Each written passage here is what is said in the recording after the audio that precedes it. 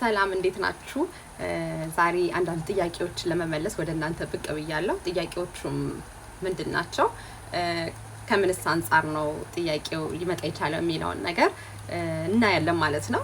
ከዚህ በፊት አንዳንድ ቪዲዮዎችን ወደ እናንተ ሼር አድርጌ ነበረ። ቪዲዮ ምንድነው? ስለ ዲያስቴሲስ ሪአክቲ ወይም ደግሞ የሆድ ጡንቻ መራራቅ እሱን በተመለከተ ቪዲዮ ሼር አድርጌ ነበረ። በጣም ብዙ ጥያቄዎች መጥተውልኛል።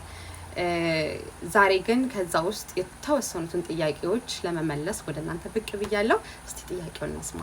ሰላም ቆንጆ፣ ባለፈው በሰራሽው አጭር ቪዲዮ ዲያስቴሲስ ሬክቲ የሚባለው ወይንም በተለምዶ ማሚ ፖሽ ጥያቄዎች አሉና ከተነሱ ጥያቄዎች መካከል የተወሰኑትን ልጠይቅሽ። አንድ ያየሁትን ጥያቄ በተለይ ደግሞ ብዙ ሰዎች በተደጋጋሚ የጠየቁት ከወሊድ በኋላ ሆዴ እንደ ቦርጭ የወጣውና ያልተመለሰው ለምንድን ነው?